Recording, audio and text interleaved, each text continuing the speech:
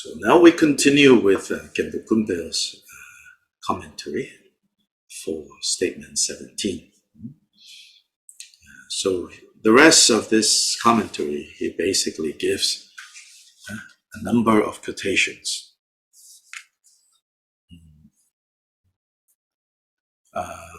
Beginning on page 245, those of you who have the physical book.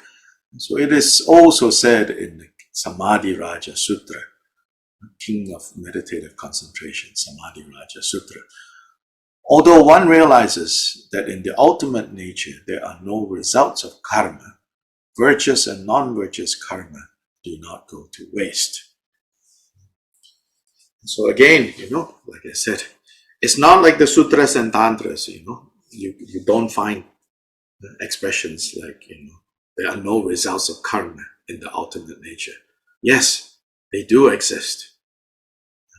And that's why there are people who then think, therefore, it must mean that cause and effect somehow is incompatible with emptiness, with the realization of emptiness. And then by extension, here, if we speak of Mahamudra, then cause and effect and Mahamudra somehow is conceived of as having a conflict of interest. When one is present, the other one cannot be.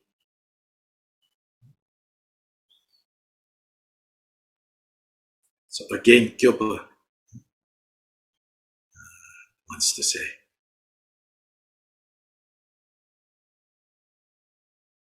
to think that somehow the workings of cause and effect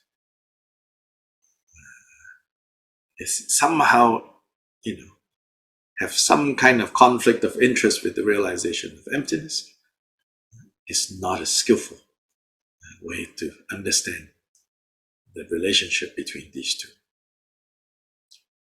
In fact, I would even say, we have to ask ourselves, why are we so interested in transcending cause and effect? Right? Well, what is really going on there that we like so much, transcending cause and effect? What is the problem with cause and effect that you want to transcend? So that might tell us something about what we are secretly hoping. We are secretly hoping, to, as we say in English, this expression, we want to have our cake and eat it too. We want to have it both ways. But Buddhas are Buddhas not because, they have escaped karma and they can just do things, to kind of say, see, karma has no power over me,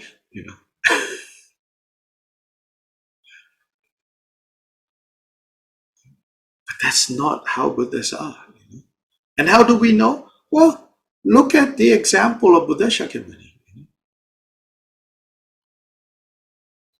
You say, well, what about this great Siddha and that great Siddha, this great, figure and that great figure? If you ask me, so this is my bias, I would say our first reference point has to be Buddha Shakyamuni.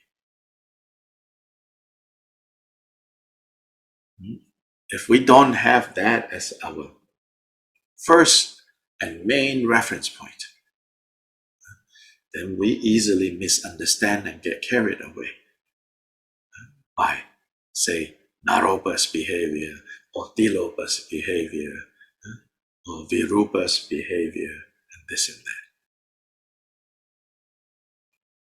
First, we look at Buddha Shakyamuni, the example that he set.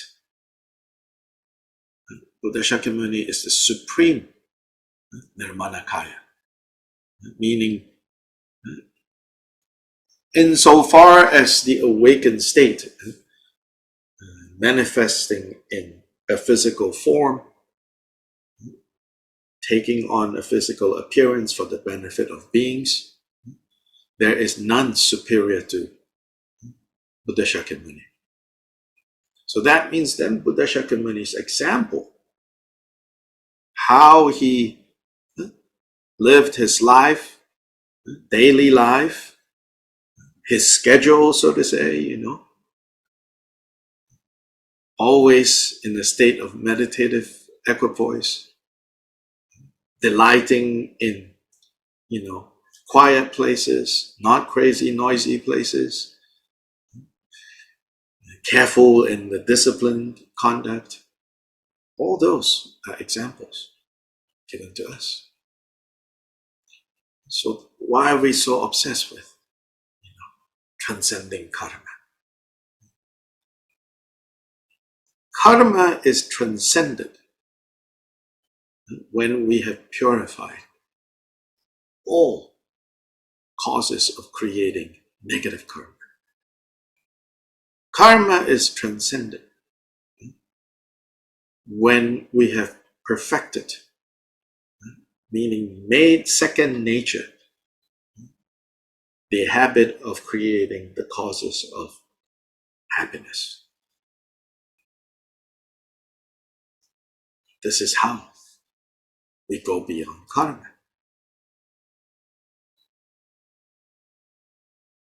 Which is that any and all causes of creating negative karma, done. That's how we are finished with karma, so to say. And it is said, whoever understands emptiness is prudent, careful, heedful. Because Nagarjuna says, where emptiness is possible, everything is possible.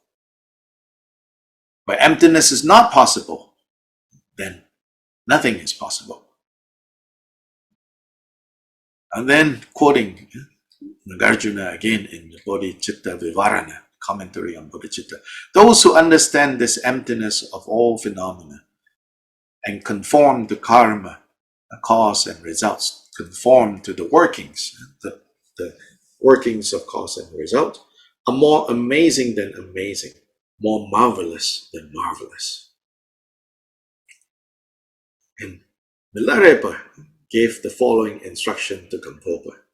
Even though you have no need, you have stopped hoping for Buddhahood up above, meaning in the elevated context, you have no need to long for enlightenment anymore, long for Buddhahood. Even though you don't have that anymore, do not interrupt your virtuous practices.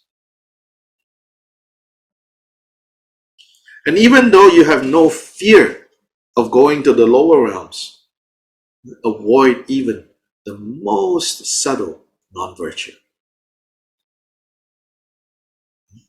So what Milarepa is saying to Khenpo is, now your actions of creating virtue is no longer driven by, oh, I want happiness, I want happiness, I want happiness. And likewise, your reason for not creating suffering, causes of suffering anymore, is not based on the fear of going to the lower realms. In other words, you have refined, we should refine our motivations. Why do we keep disciplined conduct?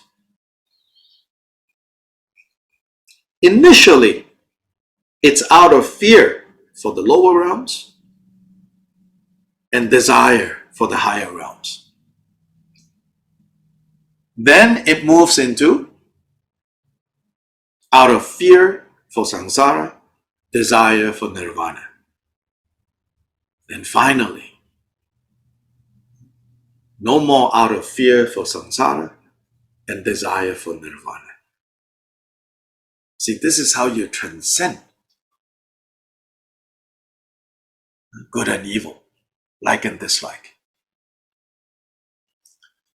Yeah? At the beginning, we don't even know how to fear lower realms and desire higher realms. We don't even know that. We just know, huh? I want praise,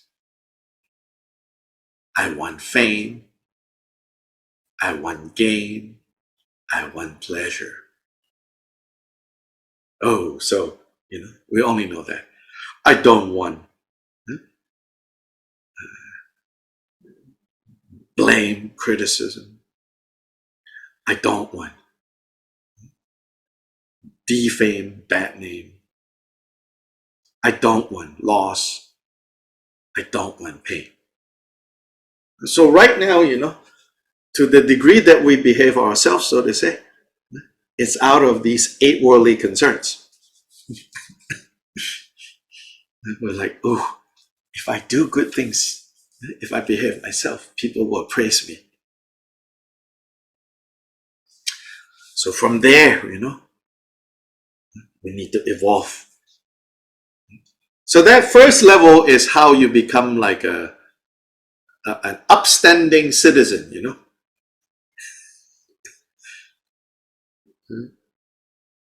a good, American in a nice suburb,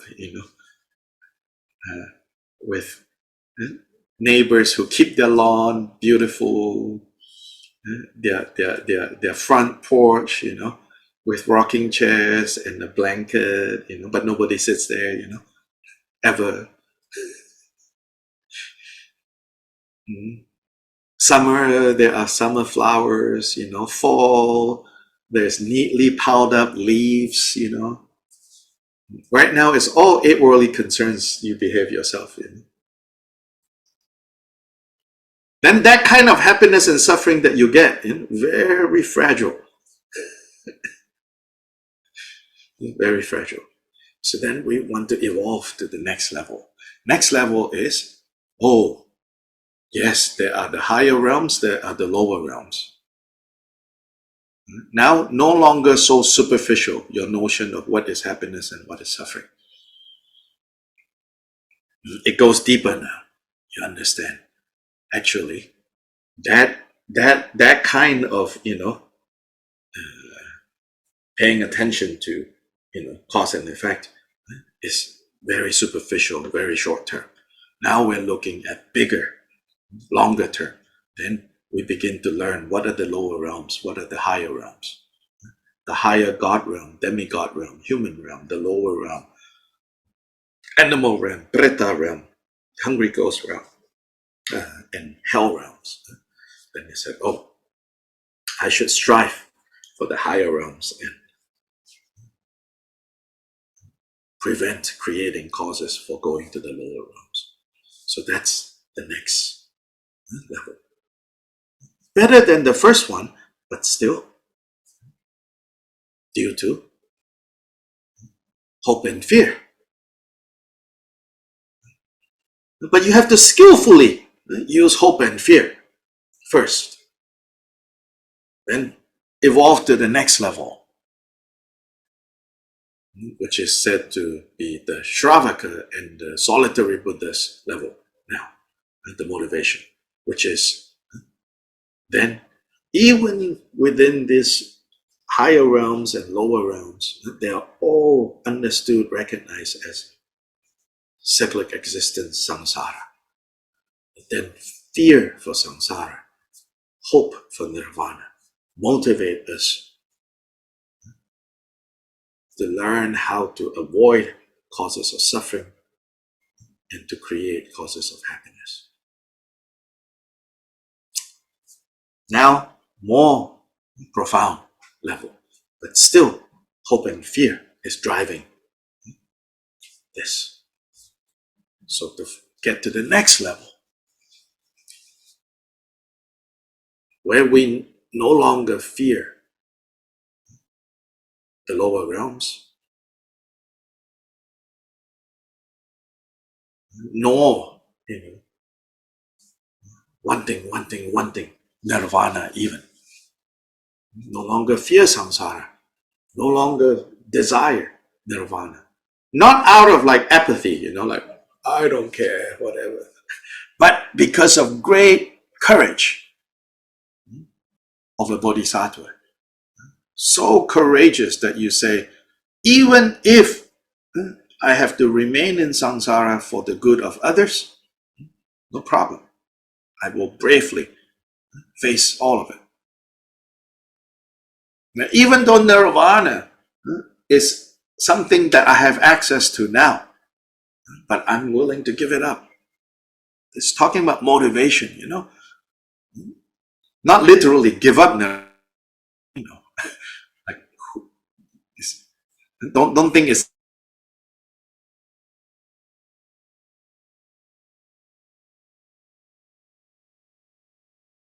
like saying, I want to have a little confusion left.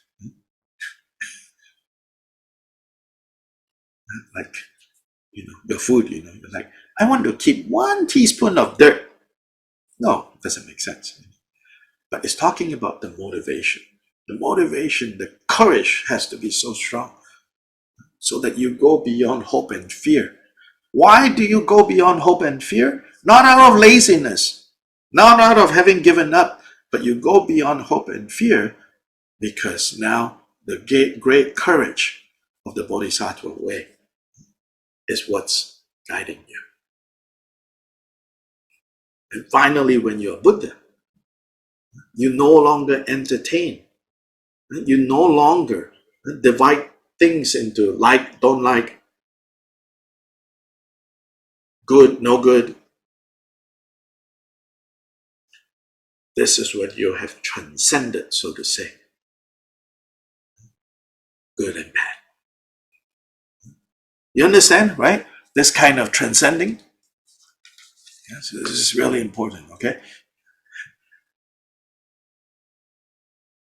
So then Atisha says, if one realizes emptiness, one will be careful regarding karma, cause and result.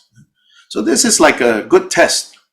If you think you understand emptiness, look at, are you becoming more careful about cause and effect? If you're becoming more careless about cause and effect, you're not really, whatever emptiness you think you've realized is confusion. So then Gampopa said, I am called a yogi. So the footnote says, here Gampopa is using yogi as a sarcastic term for someone who behaves carelessly and wildly. So even in Gampopa's time, there are people who think definition of yogi is long hair, not a monk, not living in a monastery, running around in the wild, doing funny things, saying profound things, seemingly profound things, but doing things to shock people. So Gampopa says, I'm called a yogi. Now this is in part, I think, the context, a footnote here, my own footnote. Because Gampopa, originally was 100% fully focused on his Kadampa training. So later when he wanted to go train with Milarepa, which some people saw as one of these crazy yogis, Gampopa's Kadampa, Dharma brothers, and even teachers said, no, don't go to that crazy guy. Why? You are a respected, upstanding monk, living in a good zip code, a good neighborhood. Why do you want to go, to this crazy man? But later Gampopa insisted, So then even his teachers promised, agreed to let him go. But they make him make a promise, They said, okay, you can go, but please don't ever give up your monk's vows. They were very concerned that Milarepa loose behavior, from their perspective, will turn Gampopa into one of these yogis. So that's why he says, I'm called a yogi. He's probably saying, some of my Kadampa brothers think I have, because I went to Milarepa, that I've become like those so-called yogis. I'm called a yogi, but I'm very careful regarding cause and result. This is the fifth instruction of my gurus. That meaning, not only my Kadampa gurus emphasize this, actually, my crazy yogi guru, Milarepa, also emphasizes this. This is the essence of what they taught me. Pamodrupa says, if you do not merely mouth off the view, but get to the bottom of it from your heart and settle in the state of one taste, then you will see that all causes and results you will see clearly. So this is very nice here. If you're just talking about emptiness, about the view, then you will not. That's all just talk. But if you have genuine realization of the view from the bottom of your heart, and then from there settle in this state called one taste. One taste means everything has the same nature. But you see, it's a misunderstanding if you think that realizing one taste, realizing that everything has the same nature, leads to cause and effect all becoming jumbled up. Sometimes we think, one taste means, cannot tell anymore the difference.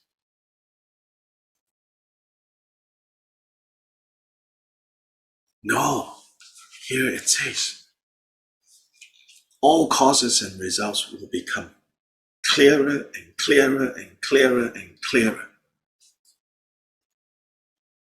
Again, mouthing out non-dual, non-dual, non-dual,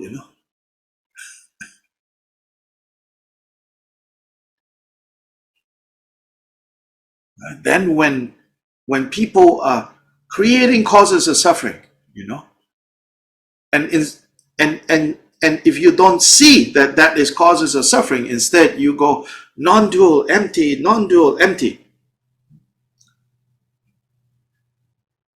How can you help? You cannot even help yourself. So genuine understanding and realization and deeper realization of emptiness has the side effect, you could say, or the main effect maybe, of being able to see more and more clearly how causes lead to results, how certain causes lead to certain results, how certain results come from certain causes, that becomes more and more clear. Jigten Sumgon says, they presume that merely the discriminative wisdom that realizes emptiness is the ultimate fruition. He says, many think like this and ignore karma and results, cause and result. Through the non-dual great unity, without duality of subject and object, please make cause and result evident for them. Jigten Sumgon is like praying for those, who think that, the wisdom that realizes emptiness is the final rule, final result. He says, no. The final is seeing clearly cause and effect.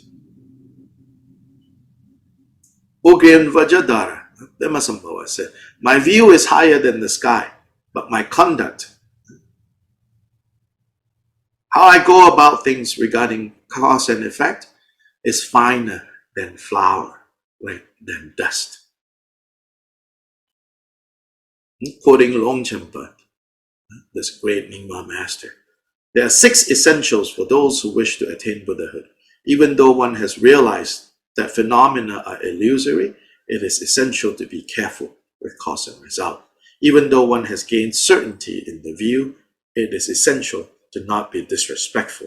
Even though objects of sense pleasures arise as one's allies, it is essential to stay in solitude.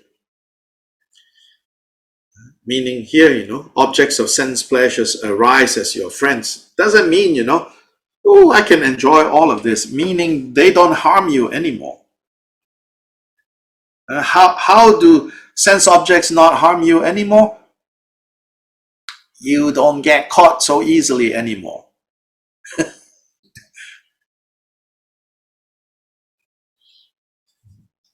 So he says, even though you don't get caught so easily anymore, you don't go, if you find that, you think, oh, the sense pleasures they're no longer enemies. But then you find that, ooh, I would like to live in New York. Then he says, that means, they still have power over you. So that's why he says, you will choose instead to stay in solitude.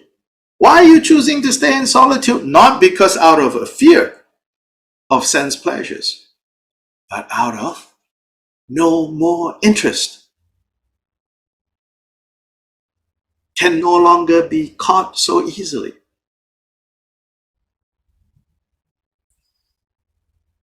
Even though one understands that there is no meditation, it is essential to tame one's thoughts. Even though there is no difference between meditative equipoise and post-meditation, it is essential not to fall into a mundane, a reckless state, an ordinary state. Even though one has realized the ultimate nature, it is essential to refine one's scriptural knowledge and reasoning. Even though one reaches a very high level, it is essential to never be without these 6 essentials. These instructions and so forth are fully pure and profound.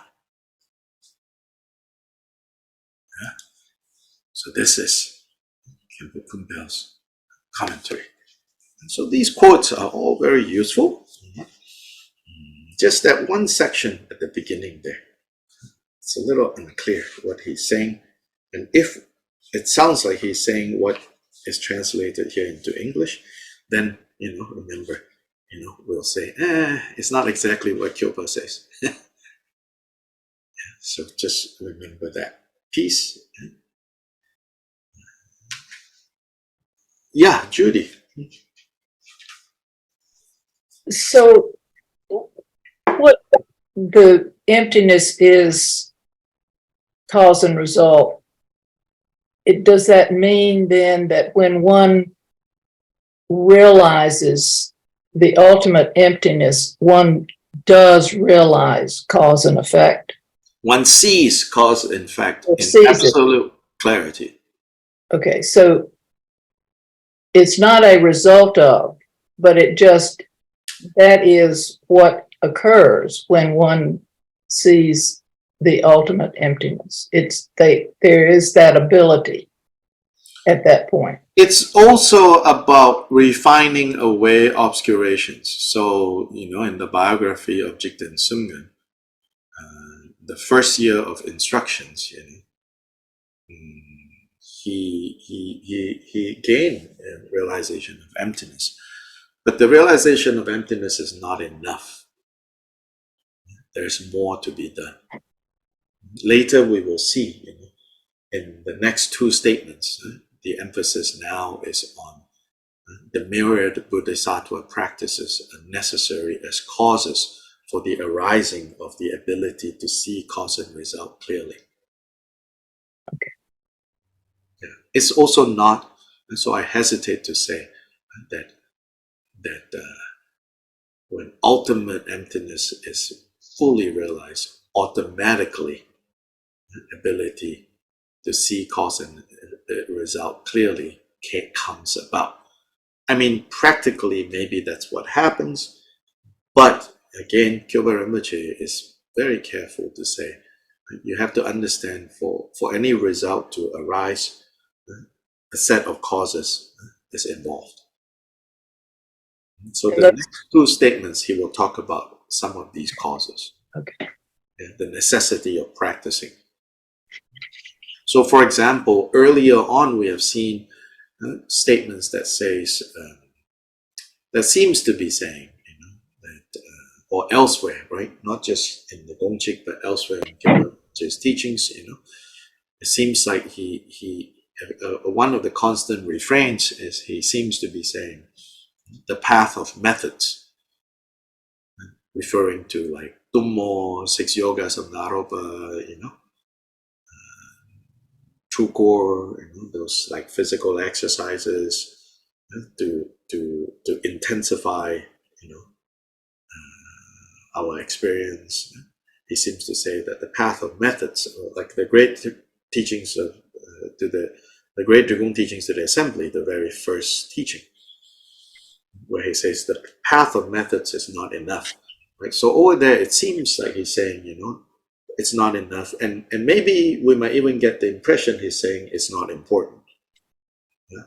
But here we will see in the next statement, he's not saying they're not important. He's saying that there's an order to how you do these things, which is first you need to have realization of emptiness, which can come through Mahamudra. The main methods of Mahamudra training can give you realization of emptiness. The preliminary, the pointing out, then can stabilize and all of that. But after that, you also need the path of methods. The path of methods contain a gathering of causes that will allow us to fully awaken. So we'll see that. And so the main point here is the critique, I would say, right, of these exaggerated talks about non-dual, of emptiness, going beyond good and bad, karma doesn't occur anymore. All of that is a critique of that. It's cautioning us not to get carried away, not to be misled by that. Now, elsewhere, I think in Chodrat's commentary, which I still would like to look at, it's not long. We can go back. We will go back to that tomorrow for this statement. There, there's one point made that says, and because, in a way, you could think of it also this way, because the emptiness, this profound topic, this profound truth that we have to fully and completely illuminate, penetrate, fully realize, because it's so profound, it's very easy to get carried away by the words that are used to express this profound state. So that these words will mislead, if we don't have that full picture in place.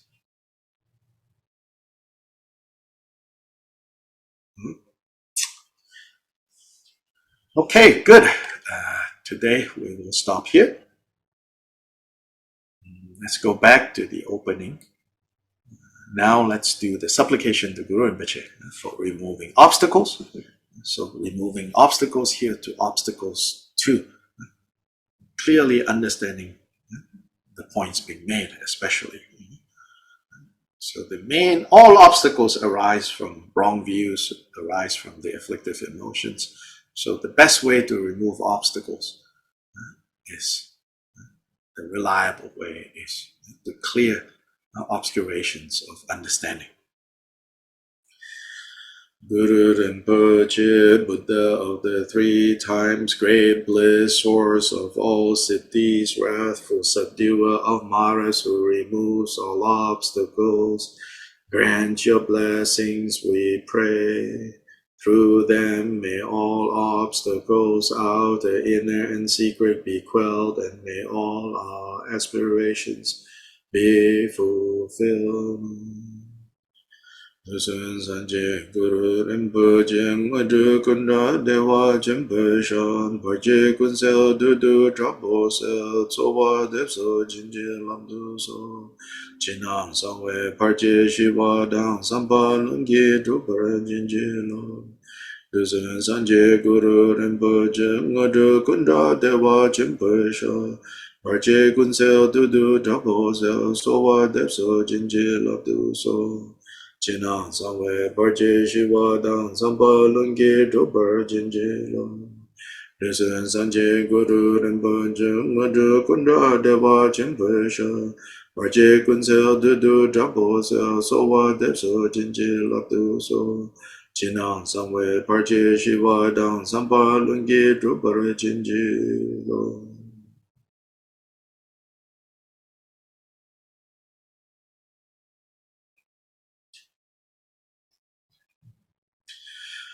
Sublime, precious, venerable, and glorious root and lineage Gurus, assembly of Idam deities, Buddhas, and Bodhisattvas dwelling in the 10 directions, and all assemblies of Viras, Viranis, Yoginis, and Dakinis, please heed me. May the virtues collected in the 3 times by me in the entirety of samsara and nirvana and the inherent root of virtue not result in the 8 worldly dharmas, the 4 causes of samsara and the resultant states of hearers and solitary realizers. And may all mother sentient beings, limitless as the sky, particularly those enemies who hate us, obstruct us, who harm those who create obstacles, Maras who mislead, and their Mara retinues have happiness, be separated from suffering, and quickly attain the unsurpassed, perfect, and precious Bodhi. By the power of this vast root of virtue, may we benefit sentient beings with body, speech, and mind. May the afflicted thoughts of attachment, aversion, ignorance, pride, and jealousy not arise in my mind stream. May thoughts of name, fame, gain, respect, and so forth in this life not arise for even a moment. With my mind stream moistened by love, compassion, and bodhicitta, may I come under the care of virtuous spiritual friends, and having become as limitless as space, may I achieve the supreme attainment of Mahamudra in this very life. By the virtues collected in the 3 times by me and the entirety of samsara and nirvana, and by the innate root of virtue, may I and all sentient beings quickly attain the unsurpassed, perfect, complete, precious Bodhi.